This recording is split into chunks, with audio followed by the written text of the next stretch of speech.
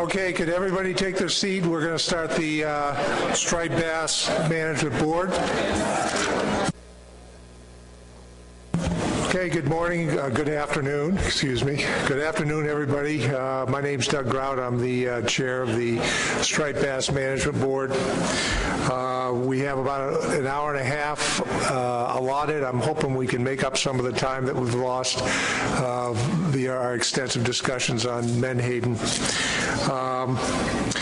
First of all, on the agenda, I have approval of the agenda. Are there any changes or additions to the agenda? Seeing none, is there any objection to approving the agenda as written? Seeing none, we'll have it as we'll take it as approved. We also, in our briefing packets, have the proceedings of our February 2015 meeting. Does anybody have any edits or changes to the meeting minutes? Seeing none, is there any objections to approving the proceedings as written? I'll take that as a unanimous consent. Item number 3 is public comment for items that are not on the agenda. We don't have anybody that is signed up, but I just wanted to check with the public. Is there anybody that has public comment for things that are not on this agenda? Okay. I think we just made up some time. Item 4 is a technical committee report from Charlton, our technical committee chair, and he's going to be telling about our progress report on producer area reference points. Charlton? Thank you, Mr. Chair. So the first presentation we're going to go through is the progress on fishing mortality for the reference points for the Chesapeake Bay, Delaware, and the Hudson River. So just as an update, at January 2015, the Technical Committee reviewed options for developing fishing mortality reference points for the Chesapeake Bay and recommended a suite of options for further analysis. At our March 2015 meeting, we reviewed these analyses for Chesapeake Bay, plus discussed the feasibility of developing fishing mortality reference points for the Delaware Bay and Hudson River spawning stocks. And just as a reminder, due to minimal mixing with the coastal migratory stock, the Albemarle Roanoke stock has had fishing mortality and spawning stock biomass reference points for a number of years. So we had 3 basic general options that we have looked at, and we've kind of gone over these some for developing these reference points. Some suite of options are the yield per recruit based models.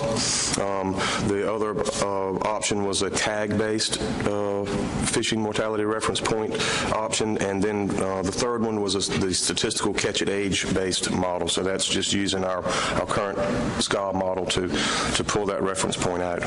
So just going over the yield per recruit models, the analyses resulted in relatively stable estimates of F over time, fishing mortality, which leads to the harvest control model, which is used to set the Chesapeake Bay quota being driven by exportable biomass, which in turn this basically resulted in, when we back calculated what quotas would have been using this method, there was an extreme, a lot of interannual variance between the quota. It wasn't a very stable quota. This is not really desirable to the industry or to management. This method also creates a disconnect between the methods used to assess the Chesapeake Bay and the coastal fleet as far as the fishing mortality. So it's outside the methodology used in the statistical catch at age model, and that was kind of a drawback for this model. The tag-based reference points, so these use tag-based estimates of fishing mortality for Chesapeake Bay and compare it to an empirical target. We looked at several different methods and different analyses for this that the technical committee explored. looking at the time series of F in the Chesapeake Bay to the Maryland Juvenile Index lagged by several years. That produced a fairly weak relationship. The approach also suggested no negative impact of fishing mortality on juvenile recruitment. Back calculating of the quotas also with this method also led to significant interannual variation in the quota. And this method is also quite a bit different than the statistical catch-at-age model, and it would lead to that disconnect of comparing the F in the Bay to the statistical catch-at-age model, looking at the coastal F. So the third option was the statistical catch-at-age-based fishing mortality reference point. So the idea is to use the Chesapeake Bay fleet component from the coast-wide fishing mortality reference point from this model as a target and threshold if desired. So we would use these estimates of the Chesapeake Bay fleet-specific fishing mortality, which is something that's already produced in the model, to assess the overfishing status, and this would also allow that to be used to set the quota using the harvest control model. The analysis showed the ratio of the Chesapeake Bay Fleet F and Coastwide F has been fairly consistent over time. Just that the removals and in recruitment and removals have been fairly stable over the last 10 or 15 years. The analysis that we looked at using this methodology also showed that the Chesapeake Bay F has declined slightly in recent years compared to the coastal F. One of the advantages of this, the Chesapeake Bay fleet fishing mortality in the SCA model, represents the impact of the Chesapeake Bay on the entire population, not just the Chesapeake Bay stock. That's something to keep in mind. And maintaining the Chesapeake Bay fleet fishing mortality at the target should ensure the impact of the Chesapeake Bay fleet on the entire population is sustainable. So at that meeting, we did come to a consensus for the methodology to use. We recommend using the statistical catch-at-age option.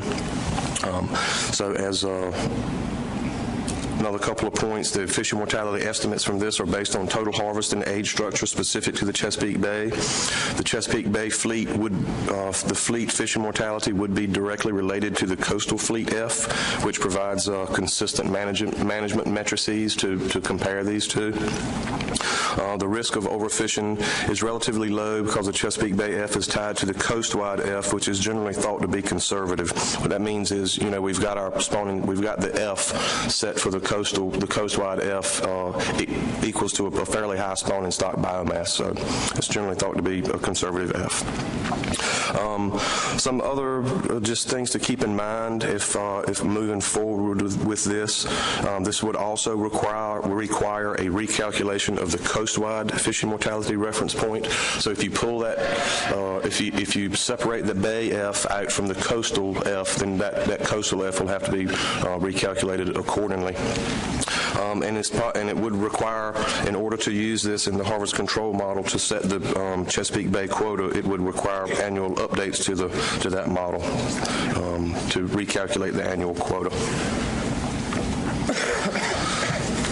So that's it for the Chesapeake Bay. Moving on to the other charge that the management board gave at the last meeting was to look at the Delaware Bay, the possibility of developing reference points for Delaware Bay and as well as the Hudson River. So the technical committee reviewed tagging data for the Delaware Bay, and this was a fairly rough review of this. But the data revealed 32% of tagged fish are recaptured within Delaware Bay, 23% recaptured within Chesapeake Bay. Overall, the technical committee thinks it is a viable option to develop a Delaware Bay fishing mortality reference points using the same methodology. So we would add the Delaware Bay fleet to the statistical catch-at-age model and then use the same methodology as the Chesapeake Bay F with the SCA model. Moving to the Hudson River, the technical committee also reviewed tagging data for the Hudson River. The data revealed that the majority, 70% of tagged fish, are recaptured on the coast, or at least in Long Island Sound. Fish appear to have a shorter residency time within the Hudson River compared to fishing the Delaware. It would be very difficult to set a boundary line to demarcate the Long Island Sound and New York Bight in order to create a fleet within the statistical catch-it age as far as separating out catch. So the technical committee felt that it is, at this time, it's not a viable option to calculate a separate fishing mortality reference points for the Hudson River within the same methodology framework that we are talking about for the Delaware Bay and Chesapeake Bay within that statistical catch-it age model. So just a couple of slides on the just general conclusions for each one of these areas. The technical committee concluded it is a viable option to develop fishing mortality reference points for the Chesapeake Bay using the statistical catch-it age approach. Because the Chesapeake Bay is an existing fleet within the model, it was felt that it would be within the scope of an assessment update to develop this reference point and the coastal fleet reference point. So for the Delaware Bay, the technical committee also concluded that it would be a viable option to develop fishery F reference point for the Delaware Bay using this approach. However, because the Delaware Bay, that fleet is currently, that harvest in there is currently contained as part of the coastal fleet within the model, it would be outside the scope of an assessment update to develop the Delaware Bay reference points at this time using this methodology. The technical committee can continue to explore incorporating a separate Delaware Bay fleet, much like what's in the model now. We'll just add a Delaware Bay fleet in the next benchmark assessment, and that should allow the development of the Delaware Bay fishing reference point. So for the Hudson River reference point, the technical committee concluded it's currently not possible to derive a fishing reference point for the Hudson River using the statistical catch-it age methodology. Fish spend very little time within the Hudson. Most exploitation occurs in the ocean where they are part of the mixed coastwide stock, and geographically there's just no easy way to demarcate Long Island Sound and the New York Bight. And with that, I'll take any questions. Yes, John. Thank you, Mr. Chair. Thank you for the presentation, Charlton.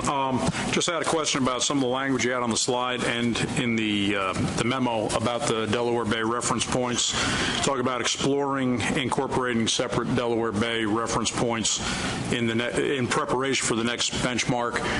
Is the idea here to have a method and some method ready to go for the next benchmark assessment to work Delaware Bay reference points in, or are we still going to be exploring this when the benchmark is actually underway, next assessment? I believe the idea at this time is to continue looking at incorporating data now, and at the next benchmark, it would be able to incorporate into to do that benchmark process. So you're confident that it would be possible to incorporate this into the next benchmark assessment? Yes, sir, we believe so. Great, thank you. Dave Borden. Thank you, Mr. Chairman. I'm just kind of curious, the requirement for annual assessment updates for the Chesapeake, how much of a burden is that going to place on the staff and the technical committee? Go ahead, Charles. Well, it's going to be,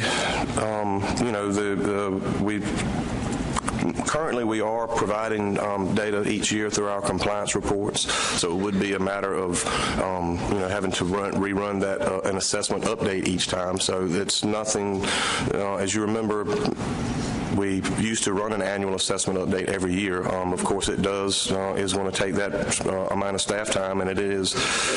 It's still fairly time-consuming, especially if the tagging model gets updated as well. But I guess that the management board can, decide on staff time for that. I have a question along those lines. Would it be possible to have a turn of the crank assessment to set these, and then set the reference points for, say, 2 years or for a period of time? It wouldn't be as precise as doing it every year, but something like that where it wouldn't be, it'd be almost like setting specifications except for the reference points. I think that it would be certainly possible to set a, during the, I think currently the assessment timeline is do a benchmark and then every two years do an update. Yes, I don't know that it would be feasible using the particular harvest control model, but there certainly are ways that they currently do that, I think, with some other species where they set the quota for a couple of years at the time, go through your 2 years to that update. But it would be a slight change from the way that the bay has been estimated with the harvest control model, but it's something that is used on other species. Any other questions? Yeah, Tom. Yeah, thank you, Mr. Chairman, and thanks for the technical committee's work on this. As you know, it's been a priority of the Bay jurisdictions and this board to get to this point, and appreciate the time the technical committee has devoted given a lot of other workload issues. Before we conclude this agenda item, I would like an opportunity to maybe put a motion on the table, but I'm trying to get a sense of, obviously there's an interest to move forward with Chesapeake Bay reference points. It was actually the motion made by this board in October 2013 to initiate Addendum 4 to establish reference points for both the Chesapeake Bay and the coast. There was also an action plan for 2015. Trying to get a sense of the pathway forward. Obviously if we proceed with Chesapeake Bay reference points, it suggests that we have to go back and look at what the coastal reference point means. And depending on how those move up or down, it could result in having to modify management. So one question I have for Charlton is, how long would it take to develop those separate reference points for the coast and the bay, and trying to think about that pathway versus asking the board to proceed with an interim Chesapeake Bay reference point and await for establishing the coastal reference point at a later point in time. Trying to get a sense of that pathway forward.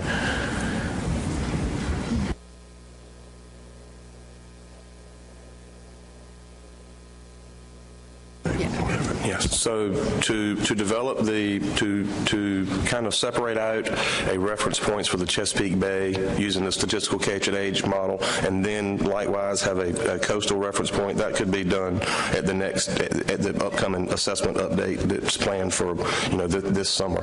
That would be fairly straightforward. So is that to be reported out in August when you say summer? No, sorry. The data for the assessment update, I believe, is scheduled for this year with data through 2014.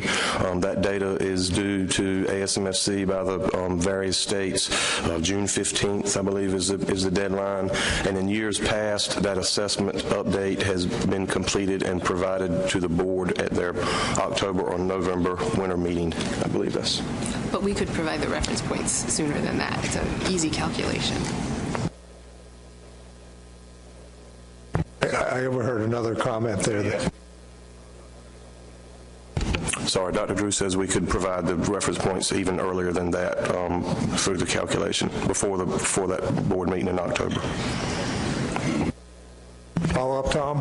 Yeah, one is it possible to have at the August meeting? Obviously, there's an interest if we move forward to have the option to make changes for 2016, so having it for the August meeting is pretty critical, and I'm trying to assess if that's possible or not.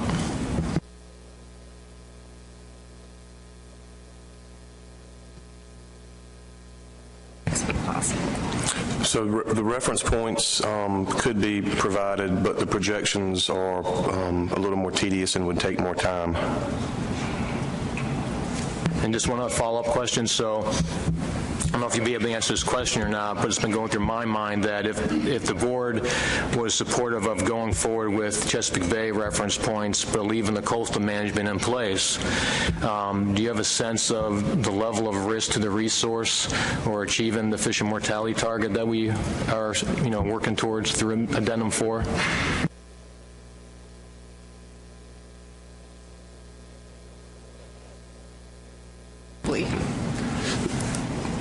It's possible that we could have those calculations done at the August meeting. We do not know now exactly what that risk would be, but it's possible we could do those calculations and have them ready for the August meeting.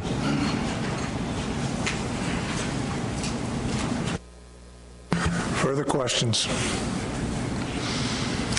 Yes, Mark Gibson. Thank you.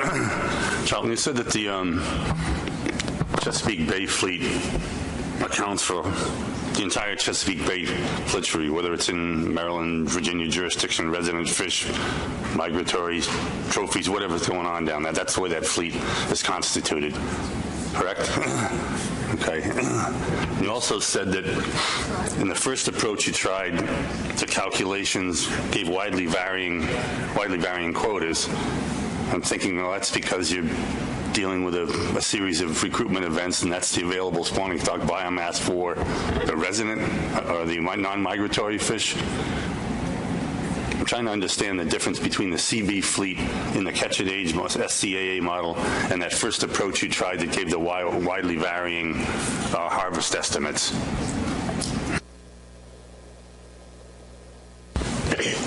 So you're correct, I think, in that basically was trying to input an F into the model, whereas before the harvest control model was more focused on maintaining a constant F, so it was less about inputting a specific F and more about inputting a sort of a change in F, where that change in F was minimal to keep you close to the target, and so that resulted in a more stable quota, which I think is sort of the approach that the statistical catch at age combined with the harvest control model would do, that you'd measure the F in the fleet, and once you were presumably at your target, and we'd verify that through the statistical catch at age, and then minimize the change in F to give you a constant F over time, which generally resulted in a more stable quota.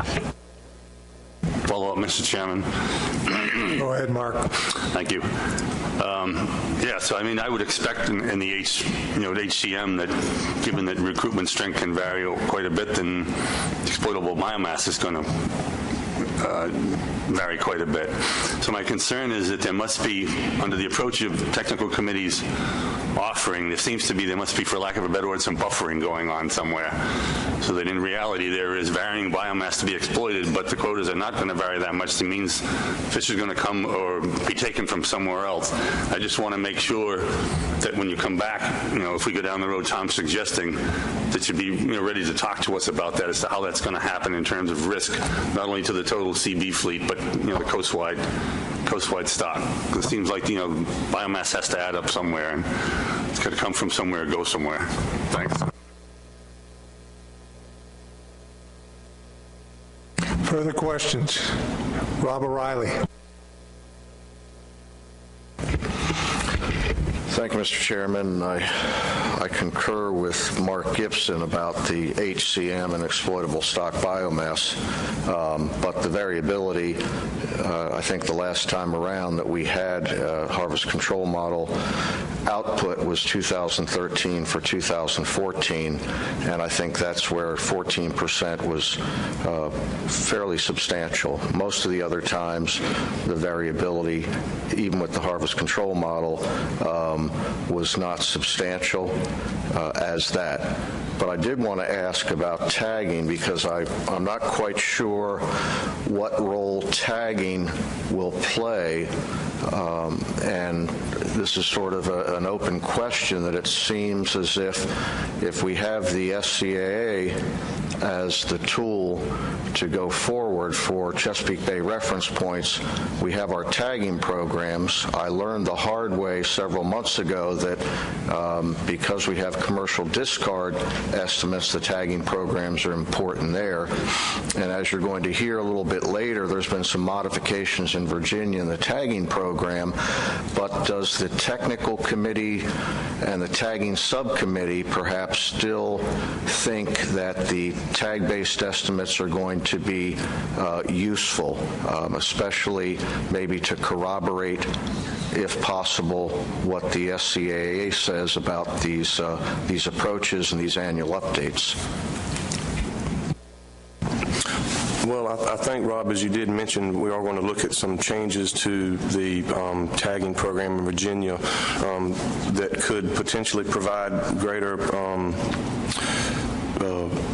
data about migration at various sizes, maybe some of the smaller sizes. The tagging models, currently the Zs, the total mortalities from the tagging models are comparable with the statistical catch-at-age. The disconnect with the tagging models is the mortality is much greater than what's calculated in the statistical catch-at-age, which makes the F a lot lower.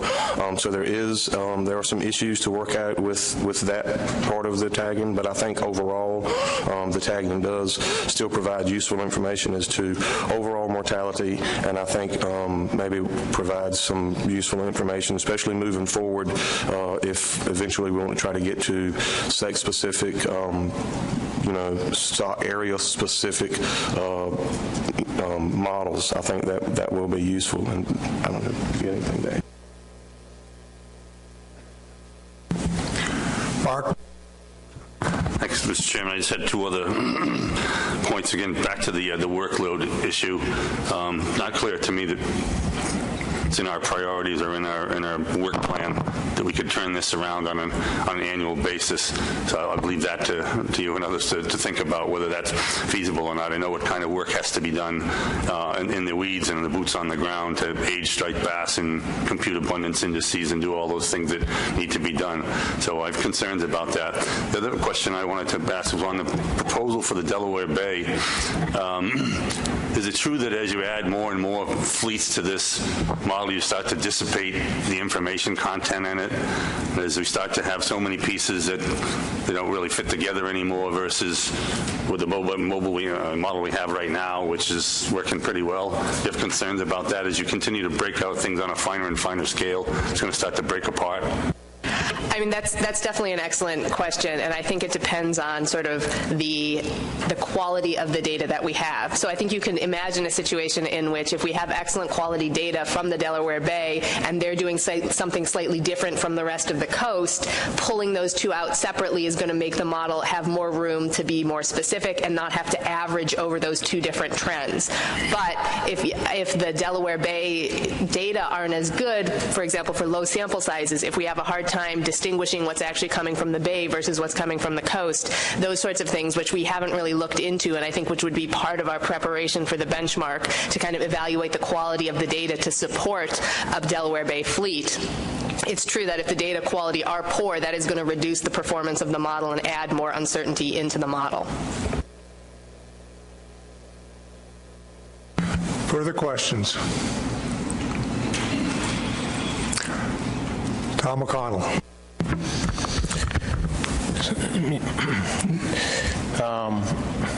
Trying to wrap my head around the pathway forward here, but we've made this a priority for almost 2 years now, and I'm tempted to put a motion on the table. I guess I will. I'll put a motion on the table for discussion. Move to initiate development of an addendum to establish a Chesapeake Bay fishing mortality reference point consistent with the Technical Committee's Option 3 statistical catch-at-age-based reference point and management options to achieve this reference point. Do we have a second? Robert Riley. Discussion on the motion. Tom, you get first crack. Thanks. I understand that this board probably looking for some more information to be gathered by the technical committee and PDT prior to the August meeting, but I think from our perspective, we waited a while to get this information, and I think it'd be beneficial to get the process started. I'm open to the conversation of this motion to see if just to hear what other board members have to say about that. Further discussion on the motion. Mark Gibson. Thank you. I appreciate Tom's effort to move this along. My concern is that I don't know what the companion piece. I'm really not understanding what needs to be done to the coastal reference point in order to sync up with this. That's what I was understanding. You said in your report that there would have to be a recomputation done. What does that involve, and how do you make sure they balance together? I'm concerned about doing this in a piecemeal fashion. I mean, essentially, once we have calculated the Chesapeake Bay reference points, the coastal reference points and the discard fleet reference points are already implied. They're already set. Because we are not we are not changing the allocation of fishing mortality between any of these components. We're just relying on what the allocation has been in the most recent time period for these different fleets to allocate how much F of this total F that the stock can sustain that will give us our target. How much of that can go to the Chesapeake Bay, how much of that can go to the coastal fleet, how much of that is taken up by the discard fleet. So those calculations, as I said, to establish a target would be minimal.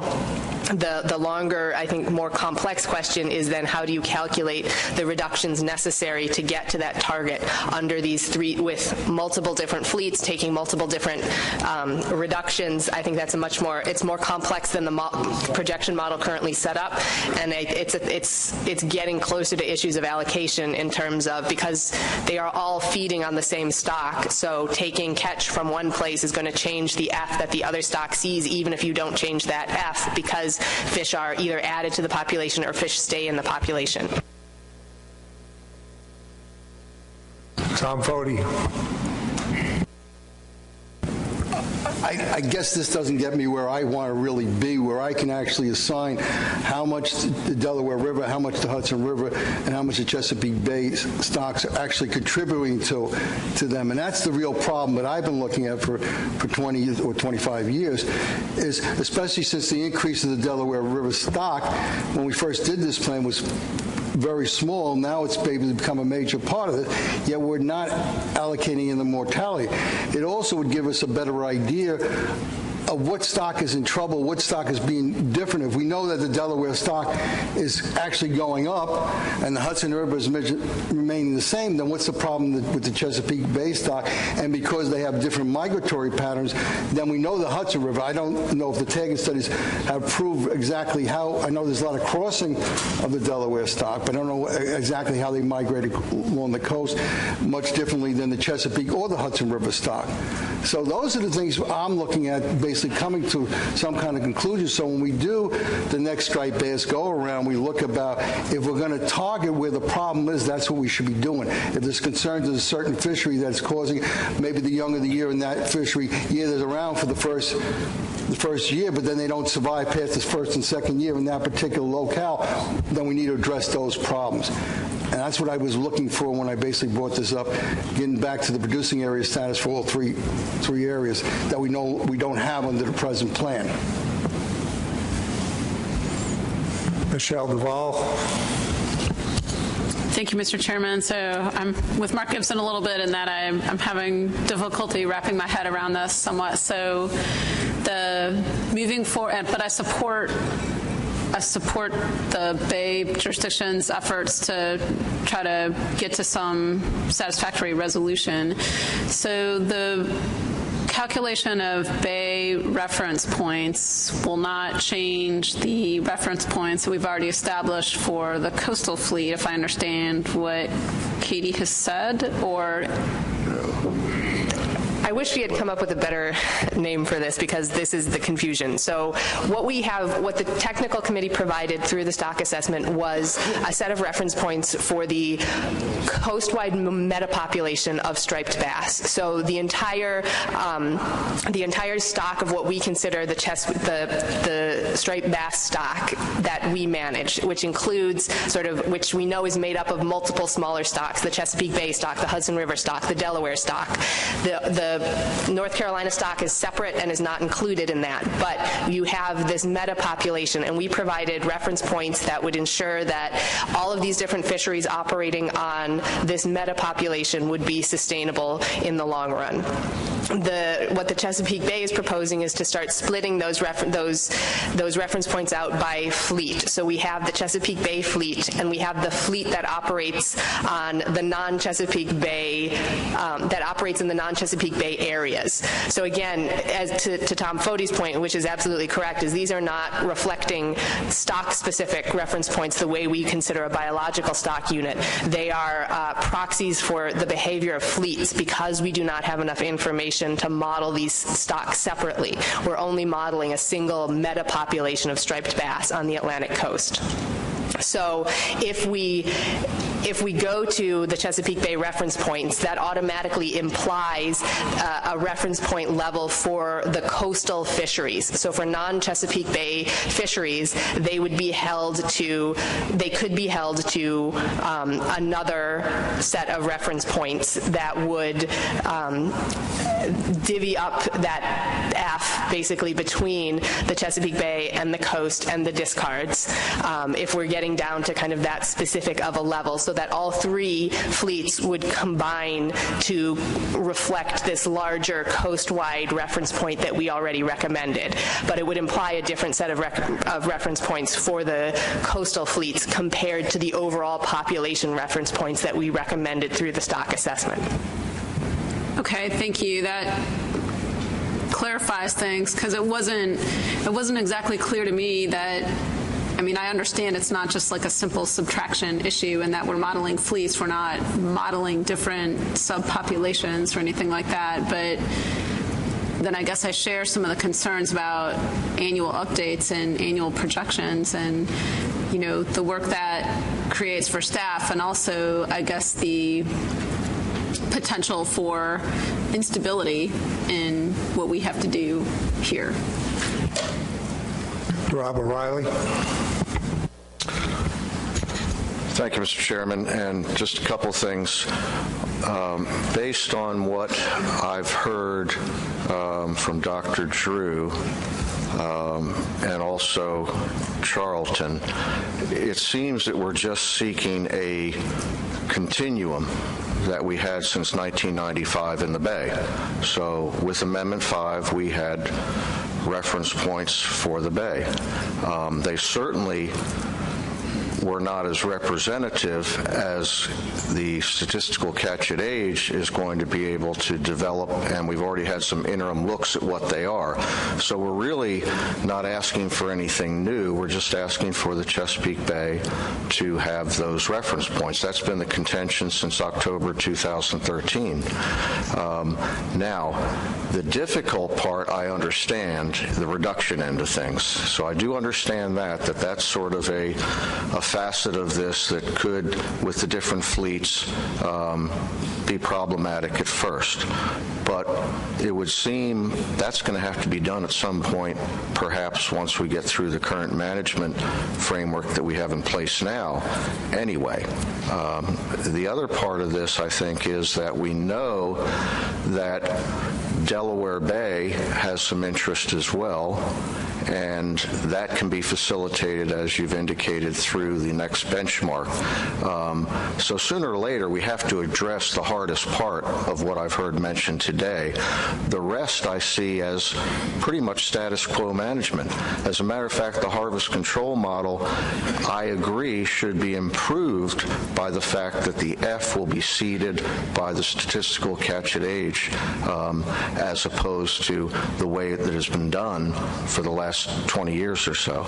So I guess my question is, are we really changing things that much when you look at the 20-year process that we've had? And of course the Baywide quota was 1997, so a little less than 20 years. And I also wonder, are we really throwing up a brick wall about the ability to do an annual update when, once we see the first results of this, maybe the board doesn't think an annual update is necessary? After all, we're sitting here under either a 20.5% reduction or a 25% reduction, and we're going to be sitting here for a little while longer without an update.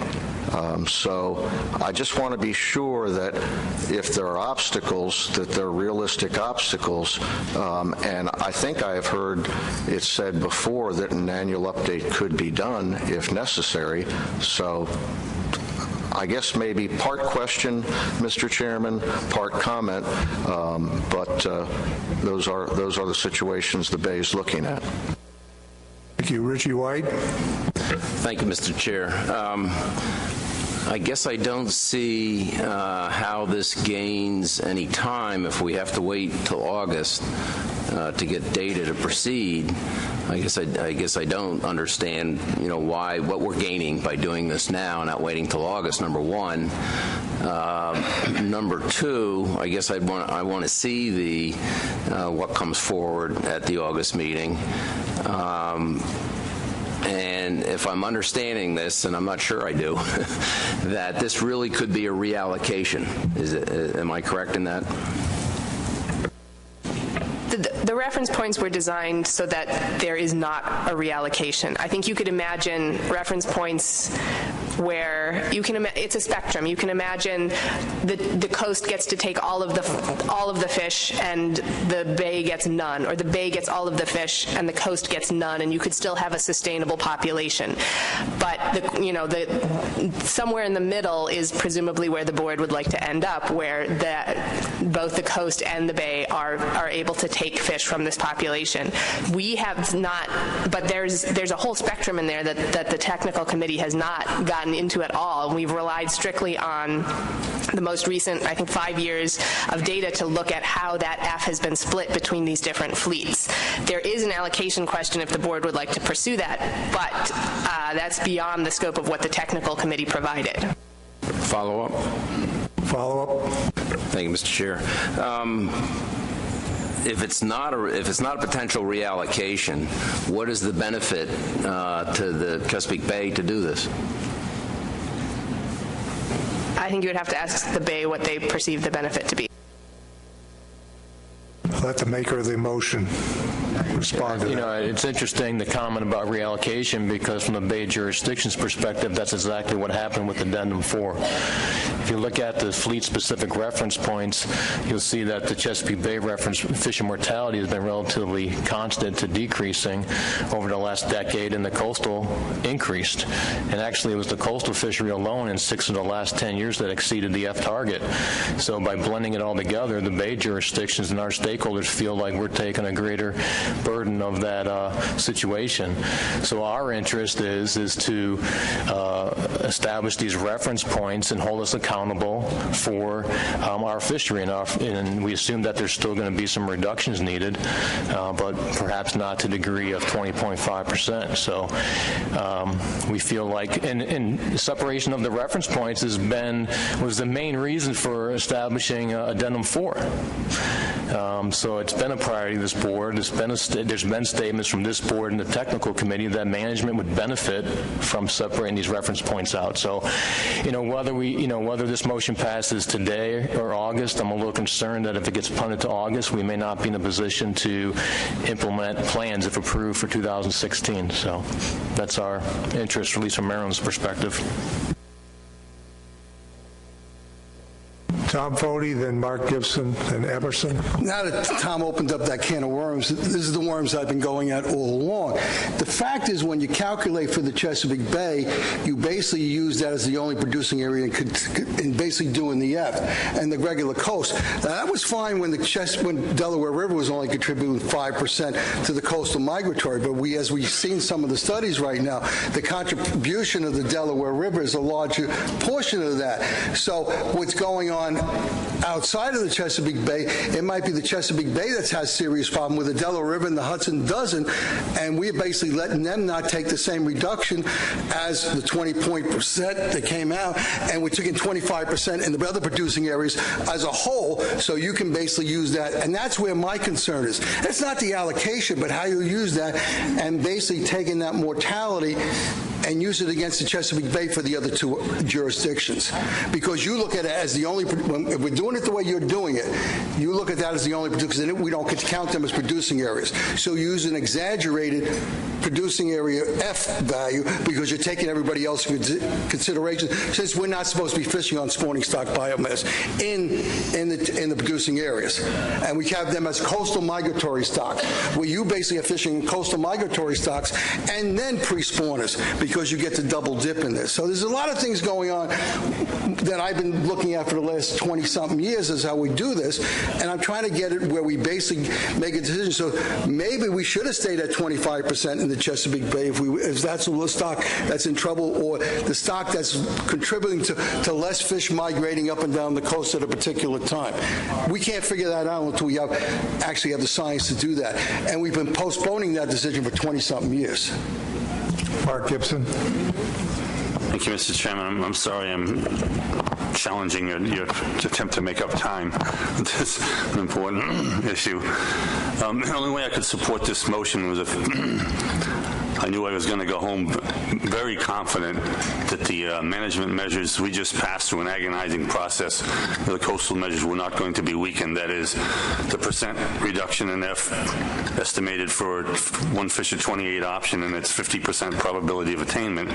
Neither of those were going to be reduced as a result of what might come out of this process. Just can't have that happen. It's too much to get to that point. And I'm not hearing commentary here that's given me good feelings about that. In fact, what I just heard from Tom was there's some perception that they've been giving up too much for too long. Well, you can't get more unless somebody else gets less. I mean, that's just the way it is. So I'm not hearing that I could support this motion at this time.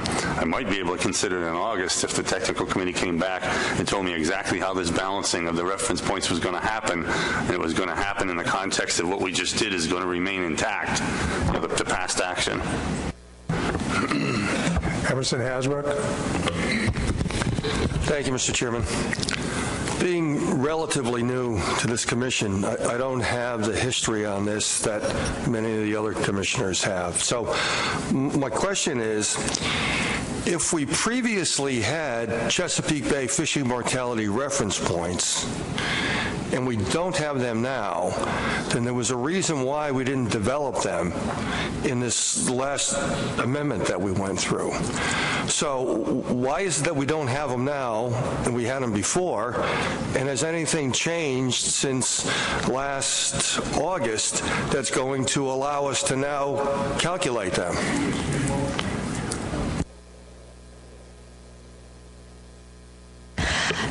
The reason we don't have them now is because they were not a product of the last assessment. So the way they were calculated before, I think that the technical committee had some concerns that they were not calculated appropriately and they resulted in values that were too high. And I think even the Chesapeake Bay would agree that those values were too high in that their harvest control method never used those values directly and in fact tried to keep F at a much lower level. I think part of the problem was that they were not calculated correctly and they were too high to be sustainable. So going forward, the technical committee, as part of this assessment process, provided the coast-wide reference points because they accomplished what the Chesapeake Bay reference points had originally intended to do, which was to take into account the fact that the Chesapeake Bay does have a different selectivity pattern. They're fishing on a different component of the stock than the entire coast-wide fleet. And the technical committee also had concerns about these reference points not really reflecting a biological stock-specific reference point. So the reference points that we provided were consistent with the way the assessment was done, and they provided a way for the entire fishery on the Atlantic coast to operate in a sustainable manner on this coast-wide meta-population of striped bass. So they were never part of the assessment process, and they were never peer-reviewed. So they went into the amendment process without, we went forward without those reference points. And the board has asked us to continue to work on this issue, which, given, as you can tell from the amount of time it's taken the technical committee to do this, it's not an easy task. And it's a complex task that frankly, we're missing a lot of important data to be able to give biologically reasonable stock-specific reference points. So we've fallen back on this proxy concept. Basically, the way it was done, the short answer is the way it was done before was the technical committee did not believe that was appropriate, and it's taken us time to develop an acceptable proxy going forward. David Borden. Thank you, Mr. Chairman. I'm not comfortable with the motion for a whole number of reasons. I won't repeat everything that everybody said. I have no personal objections to moving forward with developing this and then reporting it at the August meeting. So if it stays this way, I'll vote against it. If Tom and Rob want to remove the commitment at this stage to develop an addendum, then I would vote for it. Thank you. Further comments on this motion? Seeing none, we'll take a vote on this. I'll give you 30 seconds to caucus.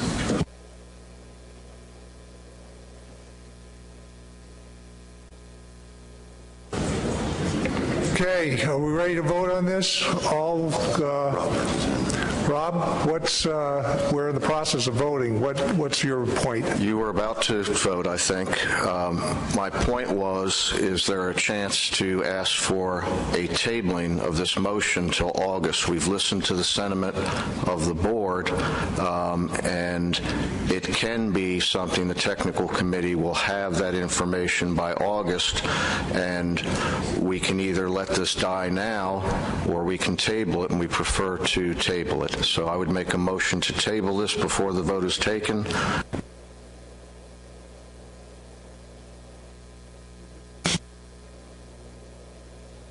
We were already in the process of voting on this, and I think we should vote up on this, up or down. And clearly, if this goes up, it's going to work. It'll work in your favor. If it goes down, then there's nothing that can prevent this board from bringing up that same motion at the next meeting. And we could also task the TC with coming up with a reference point. I think we were at the point of making a vote, and I'd asked if there was any further discussion on this. Rob, I don't mean to cut you off, and I know that's your intent, but it was kind of at the last moment after we were ready to vote. So I'm going to take the vote on this. All states in favor, raise your hand. 1, 2, 3, 4, 5. All those opposed? 1, 2, 3, 4, 5, 6, 7, 8, 9. I got 5 to 9. Abstentions? 2 abstentions. Null votes? Motion fails. 9 to 2 to 0. Motion fails 5 to 9 to 2 to 0. And so if we've defeated this motion at this point, is there any objection from the board to tasking the TC to develop the reference points, the Bay reference points, as well as a revised coastal reference point? I assume you'd probably have to revise the tagging reference points, the tag-based fleet too. But to come up with that and provide it for us at the August meeting? Is there any objection to that? Seeing none? You're objecting? Okay. All right. So seeing none, we've tasked the TC with that. We'll bring it back at the August meeting. Richie White. Just a question as to timing, because the discussion earlier was they might be able to get it to August. So adding the coastal reference points, is the TC still comfortable in being able to do this for the August meeting, I guess? Go ahead. Yeah, I think what we were discussing up here was whether the board wants to see what the reference points would be, or whether the board wants to see what the reference points would be, as well as what the projections would be to achieve those reference points if they were separated. Those are two separate tasks, which obviously require different time commitments.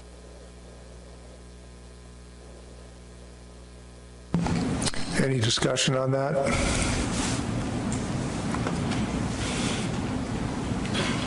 Tom? I mean, from my understanding, the board is interested in the latter, what Mike just said.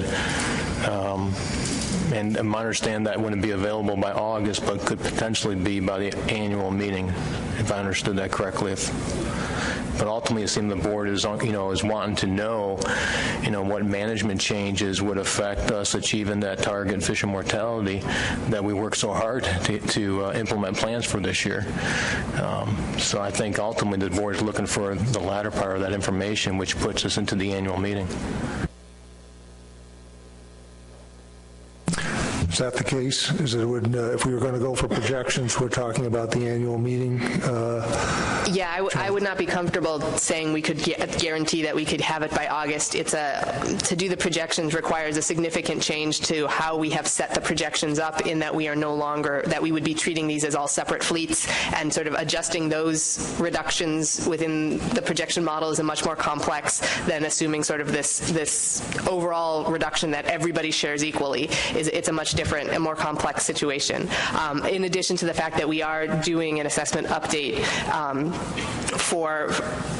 in hopes of presenting that at the meeting as well. So I think the annual meeting would be a more reasonable time frame. Would the board like to see the reference points in August and then the projections in the November meeting? Any objections to that? Okay. Rob, you had a question? That was my request, exactly. Any objections to that? Seeing none, we've tasked the TC with this. Thank you very much with this. So next item on the agenda is a technical committee report, a review of Virginia's tagging, monitoring, and staining proposals. And Charlton will have a brief presentation on this.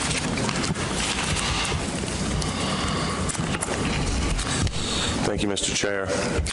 So we reviewed a couple of proposals. One was for Virginia's tagging and monitoring programs, and another is for a sane calibration proposal relative to the Juvenile Abundance Index in Maryland.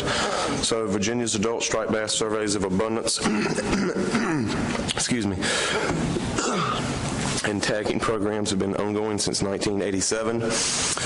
They've been conducted by the Virginia Institute of Marine Resources in conjunction with VMRC. They include a pound net survey in the Rappahannock River and gill net surveys in the Rappahannock and James Rivers. So the pound net survey, again, that occurs in the Rappahannock River, that is used as an index of abundance in the stock assessment. The fish that are tagged in that survey are also used in the coastwide tagging programs. No changes are proposed for that part of the survey. Currently, the gill net survey is in the Rappahannock and James Rivers. It has a 24-hour soak time. Fish are not tagged from this survey due to the 24-hour soak time, and the index of abundance that is produced from that survey is currently not used in the stock assessment because it doesn't track well with the changes in stock abundance. So the gill net survey proposed changes would be to eliminate the 24-hour soak time and initiate a shorter soak time set survey. So this would be from 30 minutes to 2 hours. Expand the gill net survey into the York River. The shorter soak times will allow tagging in the James and York Rivers. Tagging results should be more reflective of the multiple spawning stocks found in the Virginia portion of the bay. And once again, expanding that monitoring into the York River may track stock dynamics better, which will allow inclusion of potentially could allow inclusion of that index in the stock assessment once they've had a few years of survey data. So the general TC comments and suggestions, and this kind of gets to the point earlier that Mr. O'Reilly was with the tagging, isn't it still important for tagging? Consider tagging smaller fish than the legal size, as this information may be more important for looking at migration rates for stock-specific reference points, especially if fish start migrating at smaller sizes. There was also a comment that the upper end of 2 hours for the soak time may be too much, and fish at the end of the nets may not be in good enough condition for tagging. So the recommendation was to use a shorter soak time instead. So be aware of the different selectivity between gear types. Seeing differences in catchability, this could be due to different gear types or due to availability of fish in different rivers. And if possible, align the start of the survey with water temperature instead of a set start date. That though, we find out that they have their start date kind of set because of some other commercial regulations in that area, so that wasn't really an option. But overall, the technical committee approved those proposed changes with the above suggestions. So moving to the Virginia and the Maryland seine calibration proposal, we'll give you the background and need for this. So once again, VIMS and Maryland DNR conduct the annual finfish juvenile abundance surveys throughout the Chesapeake Bay. This, of course, is used in the striped bass assessment, but it's also used in monitoring of several other finfish species in the bay. Sampling is done at fixed stations using a 100-foot beach seine. The net material that has been used to make this beach seine is no longer available. Therefore, a comparison study needs to be made to determine if there's a significant difference in the catch of the old versus the new seine nets.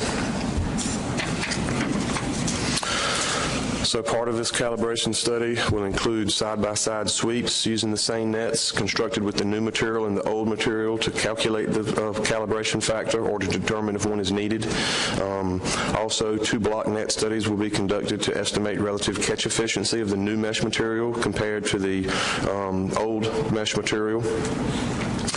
And the block net studies will have a known number of tagged hatchery fish introduced to determine catch efficiency of these nets. So just some general comments and suggestions that the TC had, which were noted in our memo. The tagging, there was some concern about some tag shedding, and it may be more appropriate to call it a mark. It's this little small elastomer marks that are used on these fish. So literature-based tag retention estimates would need to be incorporated into any analysis to account for this. It was also suggested by a TC member that a hatchery pond could be used instead of the block net survey in the in situ block net survey to eliminate some variability. This would also eliminate the need for tagging because you would have a known number of fish in your hatchery pond as opposed to setting up the block net study. Some of the comments from the folks putting up the proposal, it may be okay for striped bass, but may pose some problems for other species. The proposal is also aimed at the study, and it may not capture any variability in the catchability due to the turbidity and tidal conditions. So it would just be less of a natural setting. In a lot of these areas, they are influenced by the tidal conditions of the bay, and that would be lost if you used the hatchery pond. There were some concerns over having a large enough sample size. So if this study is conducted during a year of poor recruitment, you may not have a large enough sample size to really get at the statistical analysis that they're looking at doing, especially using a linear model. We talked also about the shape of the sweep of the net can also be a big factor in catchability, so that should be standardized as much as possible. And so another comment was with the side-by-side comparisons. They had picked some sandy sites, and by looking at sandy sites only, you may not get a conversion factor applicable to more historical data. Overall, the technical committee approved this study as well with the above suggestions to be considered. And the last slide, scientists at VIMS did indeed provide the technical committee with responses and clarifications to our suggestions and the concerns of the technical committee. So the technical committee approved both proposals. Take any questions. Questions for Charlton. Emerson Hasbrook. Thank you. Could you go back a little bit to where you were talking about sample size or possible sample size not being large enough? So, yeah, that one. Concerns over large enough sample size. The study may not have a large enough sample size, particularly for the approach. But isn't, for using that model, isn't sample size a number of hauls or repetitive hauls or comparison hauls rather than how much you catch in each? I mean, sample size is not the catch, right? It's the number of replicates that you have to compare the two. Well, that is one part of it, but also and this was just a comment that if it was a year in which you had a particularly low abundance of striped bass, I mean, you're right, the number of replicates and compared tows certainly comes into play. But if you're catching very few striped bass in either one of those tows, your ability to detect a significant difference between those is going to be a little bit more limited. And it was just a suggestion that if it did indeed turn out to be a year to where you had a real poor recruitment, could it be done in another year?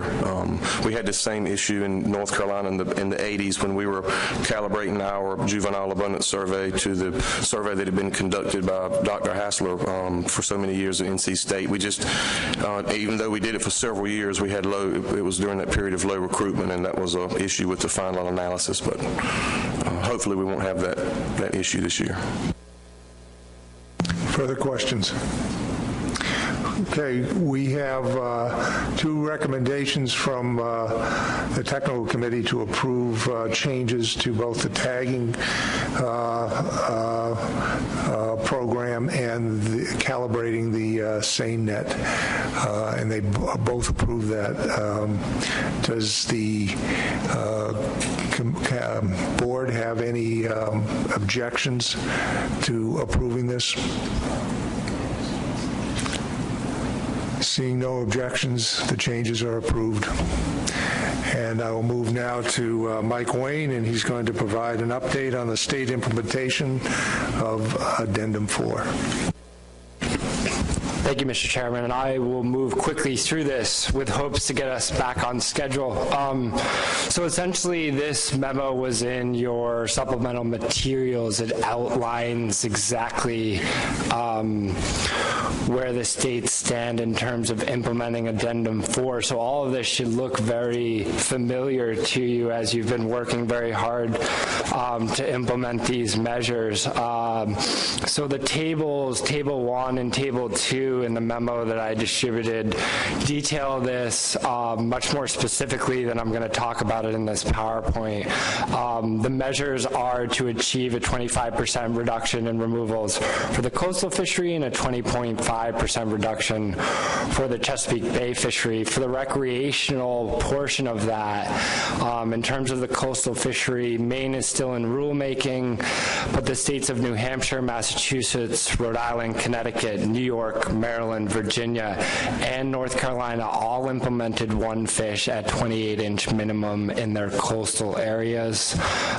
As you remember at our last meeting, there was a lot of consideration of conservation equivalency proposals, and a lot of states for their coastal fisheries ended up at one fish at 28-inch minimum.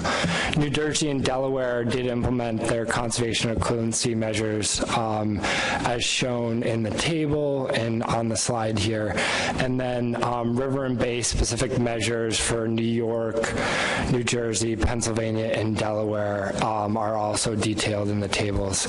All those regulations achieve at least a 25% reduction in removals. For the bay, Maryland, the District of Columbia, Potomac River Fisheries Commission, and Virginia implemented this measure of two fish, 20 to 28-inch slot, or one within that slot, or one greater than 28 inches. They also have a trophy season regulation. There's a little bit more specifics also detailed in the table on those. All those regulations also achieve the 20.5% reduction.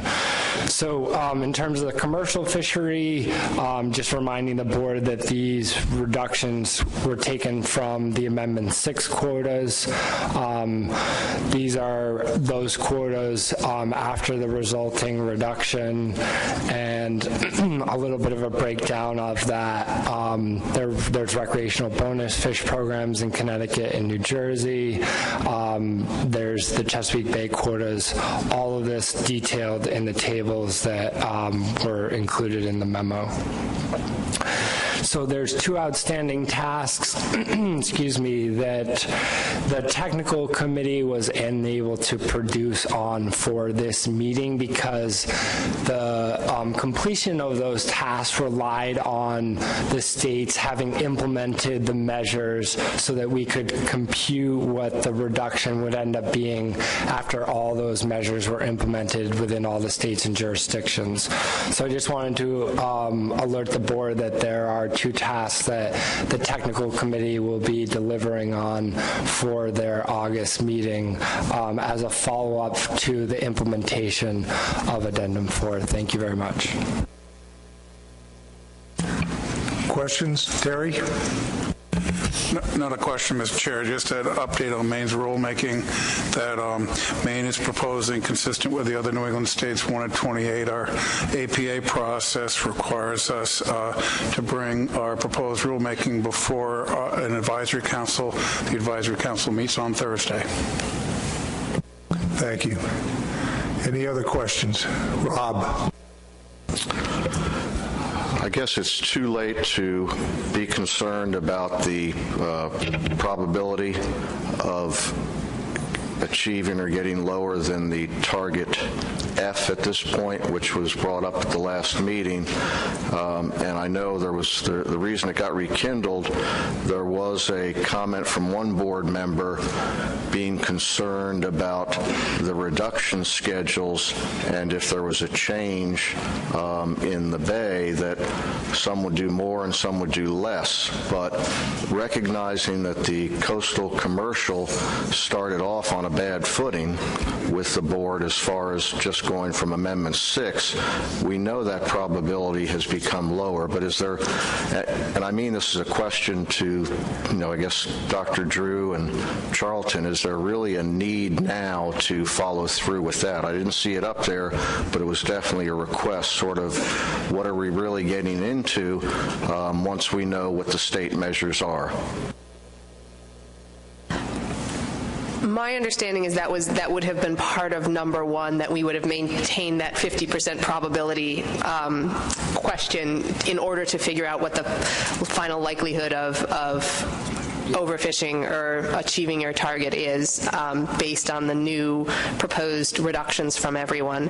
But so I'm not sure what your question is. Do you want to revisit the 50% probability, or? Go ahead, Rob. I think your answer, now that I think your answer helped out a lot now that I see that that's the intention as part of one. So I think that's fine. Any other questions? Okay, anything else before this board today? Seeing none, I'll take a motion to adjourn. I sense a unanimity in this motion.